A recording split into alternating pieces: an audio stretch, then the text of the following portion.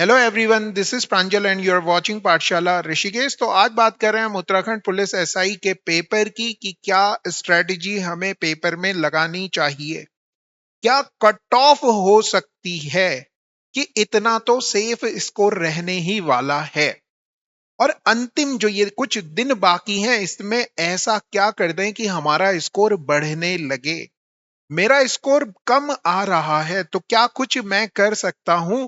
इन सब बातों पर हम आज बात करूंगा। इन सब चीजों पर मैं आपको बताऊंगा कि क्या आपको करना चाहिए कि आपका स्कोर बढ़े अगर नहीं बढ़ रहा है तो। ठीक है, चलिए देखते हैं। सबसे पहले आपको देख लेना चाहिए कि सिलेबस क्या क्या है, क्या क्या ऐसी चीजें हैं जो सिलेबस में हैं। तो हमने सिलेबस बोले तो जो पैटर्न है उसकी तरफ हम गए। हमें पता है कि हिंदी 100 नंबर की है, तो सबसे बड़ा जो एज मिलने वाला है वो हिंदी वाले बच्चों को मिलने वाला है। अगर वो हिंदी में पूरे 100 नंबर ले आते हैं तो सारा का सारा खेल बदल सकते हैं। तो हिंदी वाले बच्चों, गेम बदल दो। एक ही बुक है, सही से रिवीजन कर दो। 100 नहीं भी मार रहे हो तो 90 के करीब अगर आप नंबर हिंदी में ले आते हैं तो फिर बाकी जो 3 सब्जेक्ट हैं उनमें ज्यादा कुछ सोचने की जरूरतें नहीं है। मगर साथ में अगर आप देखेंगे तो आपके पास 50 नंबर की रीजनिंग भी है। रीजनिंग में भी मैक्सिमम स्कोर किया जा सकता है। ये दो ऐसे सब्जेक्ट हैं जो गेम बदल सकते हैं कि आप आगे के सब्जेक्ट में कितना कम कर रहे हो, कितना ज्यादा कर रहे हो। बहुत ज्यादा फर्क नहीं पड़ेगा अगर आप इस 150 में से ये डुएट जो बन रहा है इसमें अच्छा स्कोर कर लेते हो। इस 150 में से अगर कोई बच्चा 130 के करीब नंबर ले आता है तो भाई, या 140 नंबर ले आता है, 130 से 140 के करीब नंबर ले आता है, तो उसे फिर यहां पर कम दिमाग खपाना पड़ेगा। मगर ऐसा नहीं है कि केवल हिंदी और रीजनिंग से ही गेम बदल जाना है। ये आपने ध्यान में समझना है। दूसरी सबसे इंपॉर्टेंट जो बात इस पूरे एग्जाम में होने वाली है वो है टाइम की, कि जो 3 घंटे का समय है इसको कौन बच्चा कितने अच्छे ढंग से यूटिलाइज करेगा। जैसे कि आपको पता है कि जो मैथ्स के 75 क्वेश्चन है इसके लिए 75 मिनट कम से कम इतना तो देना ही पड़ेगा आपको, इसमें कोई गुंजाइश नहीं है। साथ के साथ अगर मैं रीजनिंग की बात करूं तो 25 मिनट कम से कम नहीं, ज्यादा से ज्यादा इतना मिनट देना पड़ेगा। इससे अगर आपने ज्यादा टाइम दिया तो आप ये मान के चलो कि आप गड़बड़ कर रहे हैं। आप इसे सही कीजिए। 75 और 25 अगर जोड़ लेंगे तो 100 मिनट हो गए। बाकी बचे हुए हिंदी और जो हिंदी और आपका जो जीएस है उसके लिए आपके पास अब 80 मिनट बचते हैं। क्योंकि 3 घंटे का पेपर है, 80 मिनट का मतलब हो गया 1.5 घंटे में से 10 मिनट कम। ये अगर आप सही से यूटिलाइज कर देते हो ना तो आपका स्कोर अच्छा जाएगा, कुछ छूटेगा नहीं। मैक्सिमम अटेम्प्ट की कोशिश कीजिए। 300 नंबर का पेपर है तो जो बच्चा ज्यादा से ज्यादा अटेम्प्ट करेगा, अटेम्प्ट, अटेम्प्ट का मतलब मैं फ्लूक से नहीं, तुक्के से नहीं कह रहा हूं, तुक्के नहीं मारने हैं। ज्यादा से ज्यादा अटेम्प्ट, है ना, सोचे समझे गेसेस अगर आप इस पेपर में करते हैं तो जो कट ऑफ है वो अगर मैं आपको 2015 की बताऊं तो वो मेरे प्यारे बच्चों 2015 में लगभग 212 के करीब जनरल की कट ऑफ गई थी। ओबीसी के लिए 10 नंबर कम कर लो और एससी एसटी के लिए 10 नंबर और कम कर लो। तो इस तरह से आपको समझ में आ रहा है कि कट ऑफ 212 गई थी।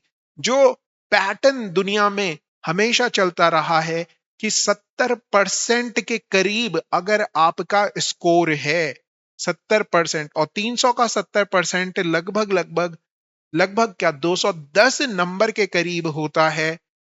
ये कट ऑफ है अगर पेपर आया एवरेज, अगर पेपर आया एवरेज।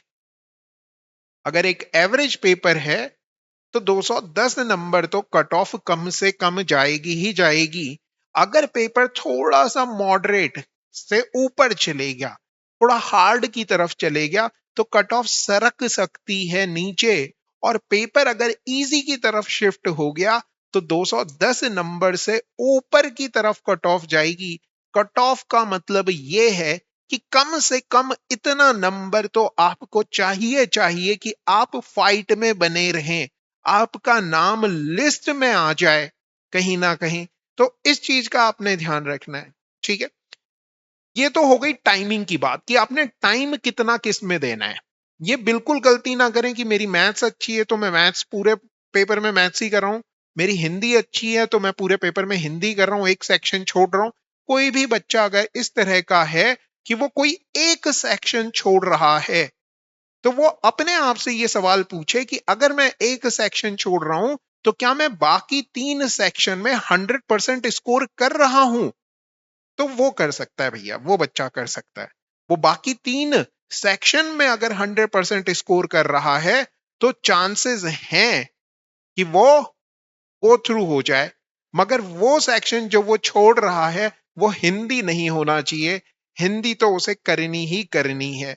मतलब बाकी 3 और जो सेक्शंस हैं इन्हें वो छोड़ सकता है अगर वो किसी एक सेक्शन को वो छोड़ सकता है अगर वो बाकी 3 में 100% स्कोर कर रहा है। आ रही है बात समझ में? चलिए भैया, टाइमिंग मैंने आपको समझा दिया कि कितना कितना टाइम आपने यहां पे लेना है।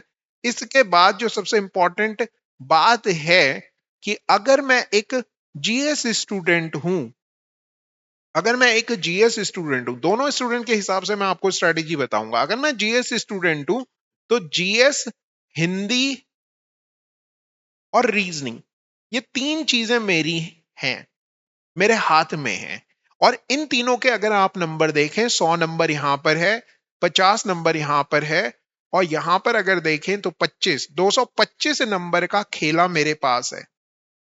और मैंने कहा कि 210 के करीब नंबर आपको चाहिए। तो आपने ये सोचना है कि ज्यादा से ज्यादा कितना आप यहां से स्कोर कर सकते हैं। उसमें भी आपने ये देखना है कि कौन सा पार्ट आपका सबसे आसान है, जिसमें आप सबसे ज्यादा स्कोर करते हैं उसे सबसे पहले करना। मान लो कि किसी बच्चे की हिंदी सबसे ज्यादा अच्छी है तो हिंदी वो कम से कम समय में ज्यादा से ज्यादा क्वेश्चंस करके ज्यादा से ज्यादा नंबर यहां से ले। फिर दूसरे नंबर पे मान लो कि जीएस है, वैसे जीएस किसी बच्चे की अच्छी नहीं होती मगर फिर भी कुछ बच्चे ऐसे होते हैं कि जिनका 80% के करीब जीएस के क्वेश्चन सही हो जाते हैं तो वो जीएस करें और रीजनिंग करें। तो यहां से वो 225 नंबर ले आए। 225 में से जितने ज्यादा से ज्यादा ला सकते हैं, ये तो आप ही देखोगे ना कि आपने कितना पढ़ा हुआ है।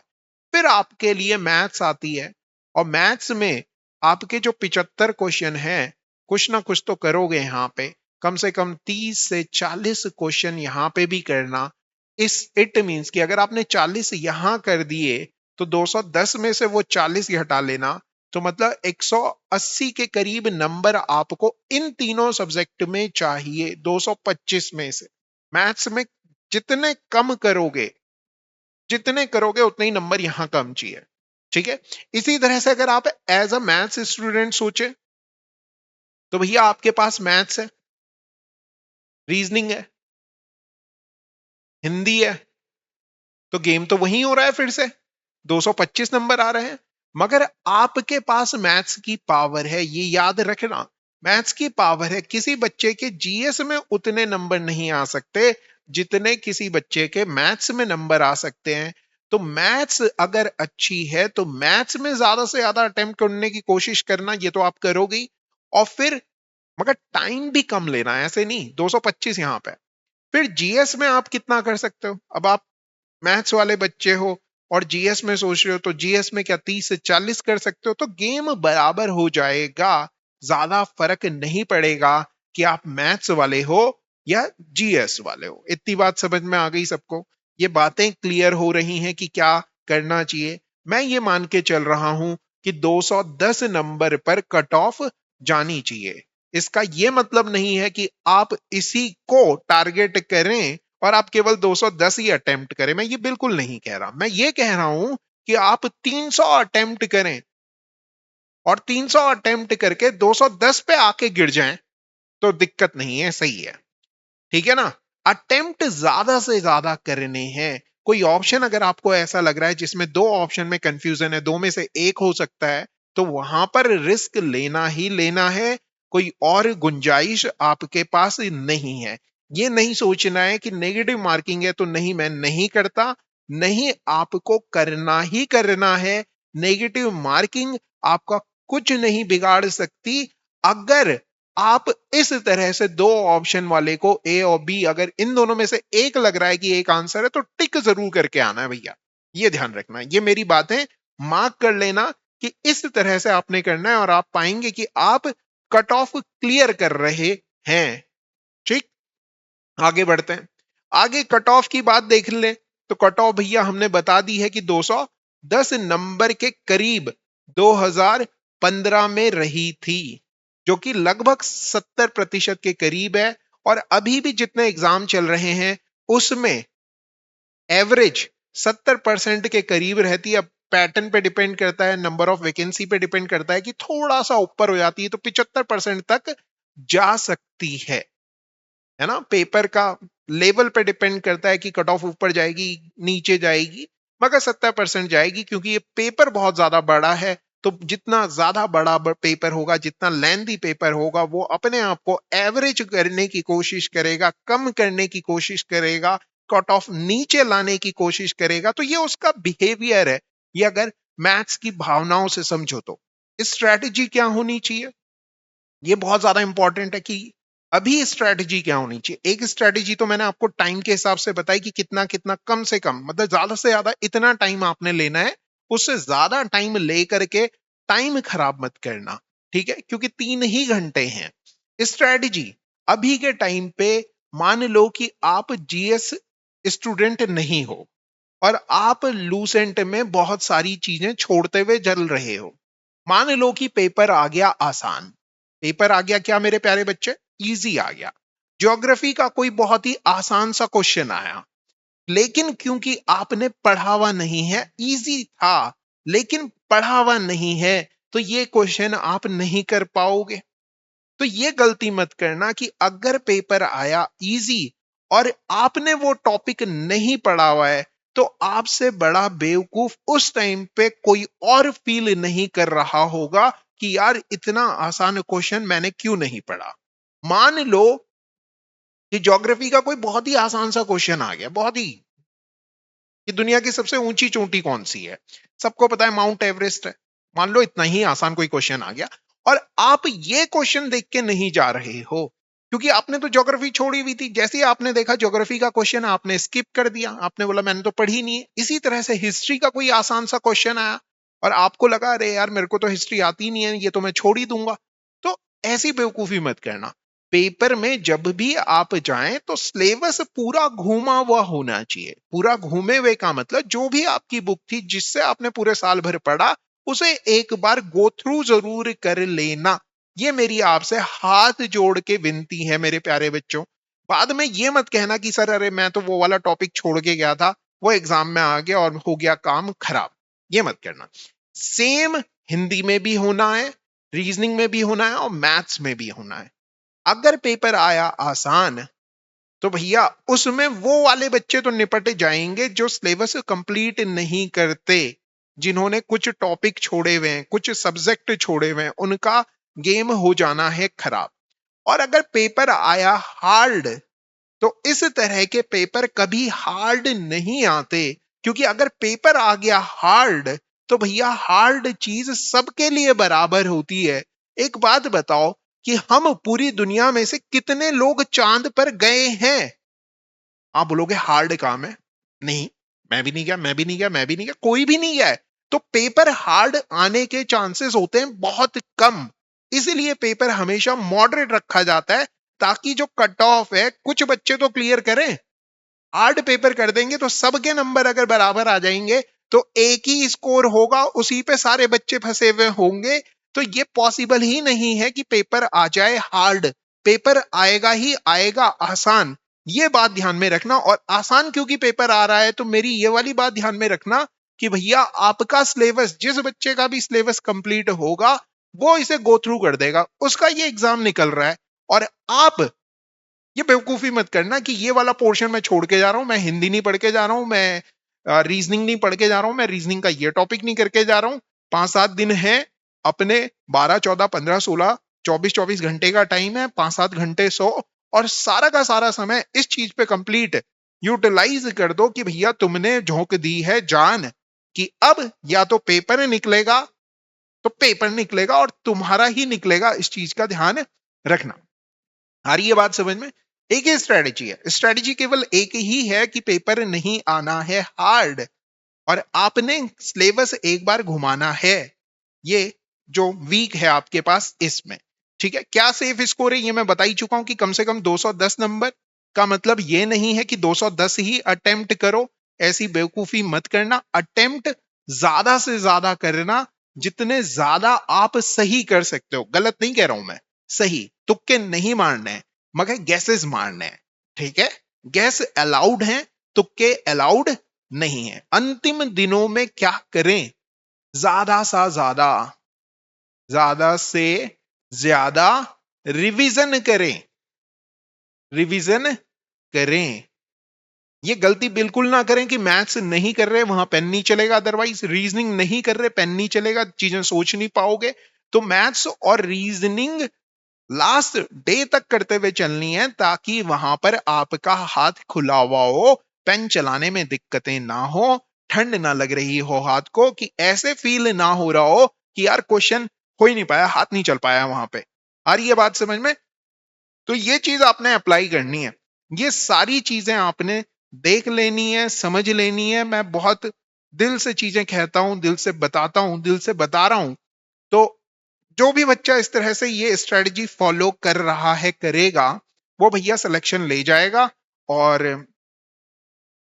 तो फिर आपने इसको फॉलो करना है। और सबसे इंपॉर्टेंट चीज जो मैंने यहां पे आपको बताई कि टाइम का जो है उसको ध्यान में रखना कि टाइमिंग कितना लेना है ना? अब आपने अपने हिसाब से देखना है कि आप, हाँ, दूसरी चीज कि कैसे नंबर बढ़ाए जाए, इस पे भी बात कर लेते हैं ना, नंबर कैसे बढ़ाए जाए। भाई एक और चीज समझो, मान लो कि मैं अभी तक पहली प्रेफरेंस मैथ्स को दे रहा हूं मगर मेरा स्कोर नहीं बढ़ रहा है, फिर दूसरे नंबर पे रीजनिंग दे रहा हूं, फिर तीसरे नंबर पे हिंदी दे रहा हूं, फिर चौथे नंबर पे जीएस को दे रहा हूं।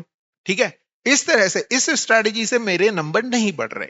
ठीक, तो आप क्या करो, आप चेंज करो, सबसे पहले कुछ और करो, हिंदी कर लो, हिंदी जल्दी से जल्दी करो, जीएस कर लो, फिर रीजनिंग कर लो, फिर मैथ्स कर लो।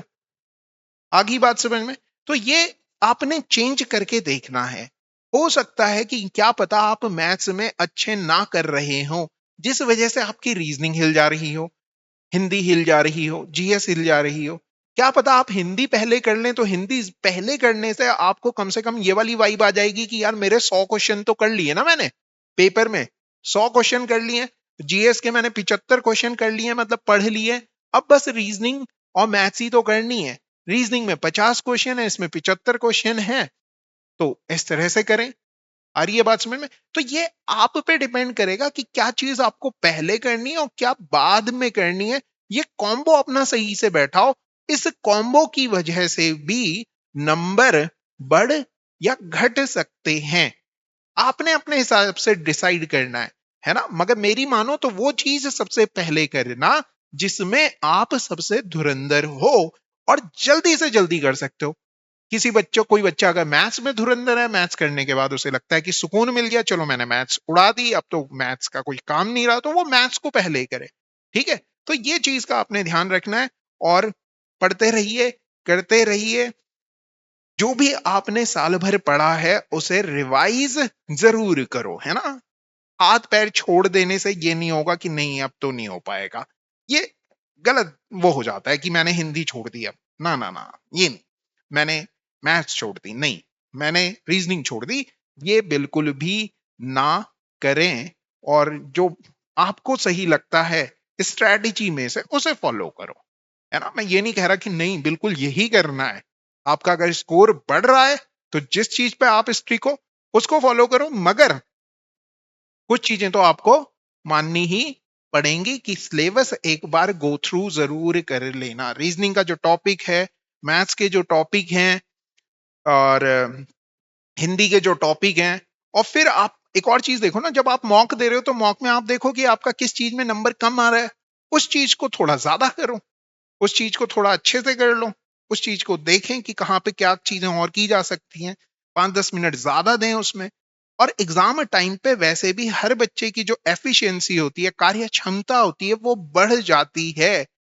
डाइवर्ट ना हो, परेशान ना हो, अपने साथ के जो बच्चे हैं उनसे फोन पे बात करें कि और मैंने इतना कर लिया, मैंने इतने कर लिया, मतलब उसे भी मोटिवेट करें। ये ना करें कि नहीं भाई मेरे से भी नहीं हो पा रहा है, तू भी मत कर, छोड़ दे।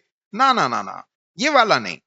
ठीक है, चलिए फिर ठीक है, thank you very much. I hope आपको जो बातें हैं, जो स्ट्रेटेजी है वो समझ में आई हो। और कोई डाउट हो तो कमेंट में करके पूछ सकते हैं आप हमसे कि क्या ही किया जाए अब। चलिए फिर, all the best, have a nice day, पढ़ते रहिए और करते रहिए।